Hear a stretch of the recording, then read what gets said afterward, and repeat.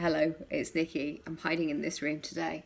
I'm sorry if the back of that cupboard is a bit off-putting, like somebody's gonna come out. I promise they're not.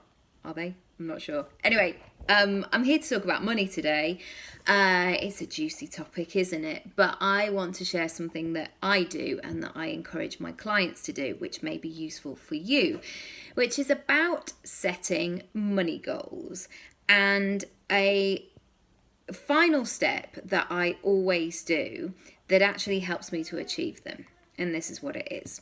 So if you set a money goal, say for this month or quarter or year or whatever it might be, I want you to write that figure down, and then I want you to add on something to that.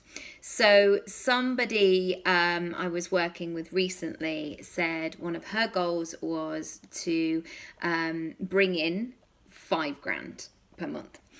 And so I said, that's great. How does that feel? What's happening? Because it is all to do with the feeling. Like, does it feel good? Does it feel possible? Because there's so many things I know from a kid of the 90s, from a teenager of the 90s.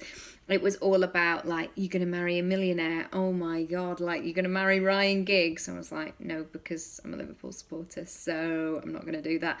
And besides, I think he was, like, hanging out with other people. Anyway, that's another story. But one thing that we have to be really conscious about when we're creating and when we're growing is how we feel about it, because it will give you so many clues of what you need to do, but also where your gaps are. And sometimes it is that moment where I'll be setting a goal and I'm like, oh, I don't fully believe that I can do that. There's a bit of work to be doing there. There's something going on behind the scenes that I need to look at. But anyway, back to this goal. So my client was saying 5 grand, and I said, what does 500 quid on top of that look like?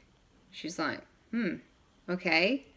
And I could see her processing it. I could see her going through the motions with it and taking it on. And I encouraged her to play around with this random figure. It could be anything. So say you're going for, I don't know, 50 grand a year, like play around with what another 5 grand would be on top of that. Whatever works for you, whatever number works for you. And the reason that I shared this is what you never want to do is to reach your goal to the point where you feel all you've done is simply run into that goal, like head first, like a you've been brave moment. You've hit it head first and you've kind of ricocheted off the wall, and then you run back and you're like, oh my goodness, I'm exhausted. I don't work hard to feel like that. Like, I want to feel really good for most of the time, if I can, if my children will sleep. But the reason that I started encouraging my clients to add that bit on in the end is to work with what the process is of actually getting to that goal. So say, for example, I say to myself, right, I would like to run a 10K today. Let's go 5. Like, I'm not consistently running 10K. Let's be real about this. So say I go, right, today I'm going to go out and I'm going to run 5K. And that's the goal. Guaranteed about 3.5, 4K, I start to get tired. I start to doubt whether I can do it. My mindset gets in the way. I'm like, I'm so exhausted. Do I really need to do this? Do I? And I start to just, I don't know, just feel a bit off with it. If my goal is 5.5K, whereas actually the ultimate goal is 5K, but if I'm reaching and I'm thinking about 5.5K, by the time I get between, like, after about 4.5, I will get a wiggle on. I will be finding my flow. Oh my goodness, I've got power in my power. I'm talking like I'm an Olympian. I'm really not yet.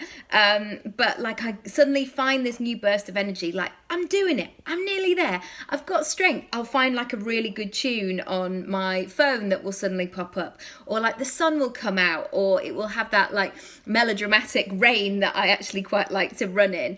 So all of these things will happen. And then what will happen is that will carry me through not only the 5K, so I run through it like, yes, this feels really good, but I still feel like I've got some way to go. I still feel like I've got a bit of stretch in there. And that's the place that you want to be, because otherwise what will happen is you'll start to go and think back rather than going forward. So if I'm aiming for 5.5K, the fact that you do 5K in a really easy way, it just stretches you a bit further and it just makes things easier next time. So I would love you to do that with your money goal. The second thing I would love you to do once you've written that money goal down is ask yourself, what are you going to do with that money? Money needs a purpose, money needs a place, and I want you to write down those things that maybe have been on that someday list. Maybe they've kind of been hanging about, and actually it's time to make some moves. It's time to actually buy the thing or do the thing or invest in the program or whatever it might be. Write down the list that's on the wish list and write down what it's going to cost you. I look forward to hearing more. If also, excuse me, you, I'm not going to edit this. I'm just going to free flow. We're friends. We know each other. If you get to the point where you're like, these money goals and what I'm currently earning and how hard I'm working is not working, I've got two options for you.